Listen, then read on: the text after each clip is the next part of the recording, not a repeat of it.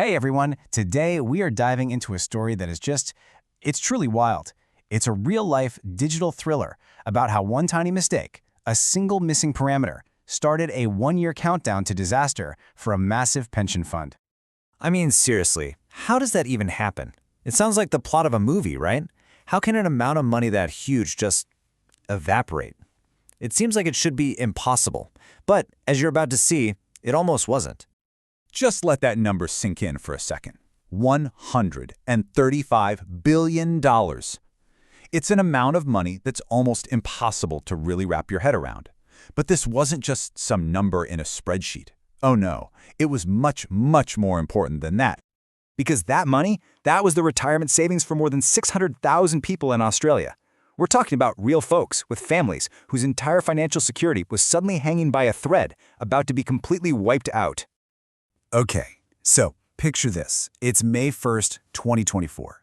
Engineers at UniSuper, this big Australian pension fund, they log in and realize something is very, very wrong. A critical service isn't just offline. The entire cloud environment it's supposed to be living in it's just vanished. Gone, like it was never there. To figure out what happened, we actually have to hit rewind and go back exactly 1 year, to May of 2023. Because that's when the seed for this whole catastrophe was planted, completely behind the scenes and totally unnoticed. Now, at the center of this whole mess is a piece of tech called the Google Cloud VMware Engine, or GCVE for short. So what is that? Well, think of it this way.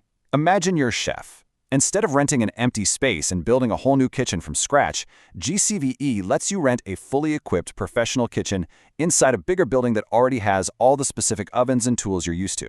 It's a shortcut to the cloud. So, UniSuper was making a really common move. They wanted to get out of the business of owning and managing all their own computer hardware, their on-premises cloud, and move over to a giant like Google. They wanted Google to handle the physical stuff, but they wanted to keep using their own familiar software. And GCVE was the perfect tool for the job. But here's the kicker. UniSuper's needs were so specific, so custom, that they couldn't just go to the Google Cloud website and click a few buttons to set it up. Nope. They had to file a special request ticket and have actual Google engineers build this custom environment for them by hand. And this, right here, is the moment the time bomb starts ticking.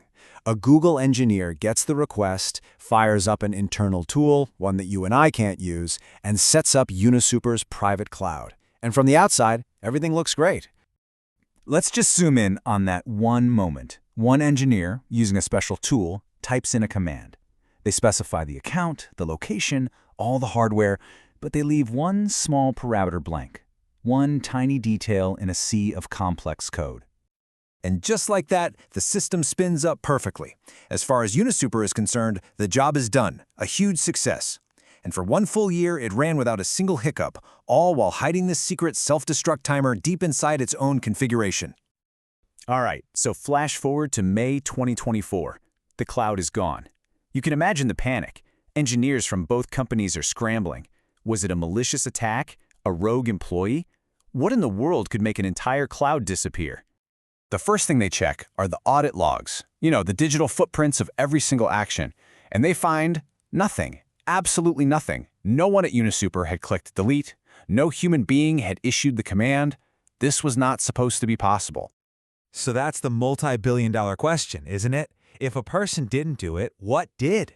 It seemed crazy, but was it possible the system just deleted itself? And the answer, unbelievably, was yes. After digging through Google's own internal system logs, they found it, the smoking gun. That one little parameter the engineer missed a year ago, well, it meant the system used a default setting. A setting probably meant for short-term tests, which was automatically delete after 1 year. The timer ran out right on schedule. So this timeline just lays it all out. The mistake gets made in May 2023. The cloud vanishes exactly 1 year later. It takes a full week of chaos before Google's CEO comes out and publicly says, yep, this was our fault. And it took 2 full weeks to get everything back online. So the entire digital infrastructure was gone, wiped clean. The servers, the applications, the whole 9 yards. But the single most important thing, the data, was safe. And it all came down to a really, really smart backup plan. And you have to understand, this wasn't just one data center. The deletion wiped out their cloud in two completely separate geographic zones. Their main system and its immediate copy were both gone. So how in the world do you recover from that? Well, this was their masterstroke. Unisuper had a layered defense. First, they had backups in Google Cloud Storage, which is a totally different service from the one that got deleted. But, and this is the critical part, they also had another copy of their backups with a completely different cloud company. That is the very definition of not putting all your eggs in one basket.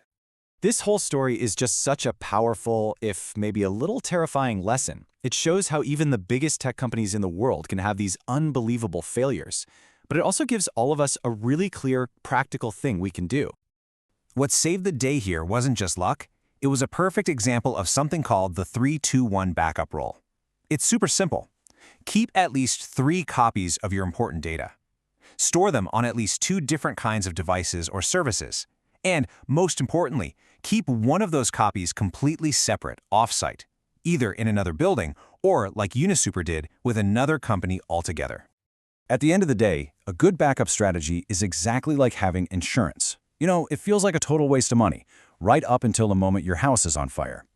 You don't pay for it for all the days things go right. You pay for it for that one catastrophic day when everything goes wrong. So that really leaves us with just one final question to think about. We all have precious photos, important documents, things that can never be replaced. After hearing this story, it's worth asking yourself, when it comes to your own data, is your digital life properly insured?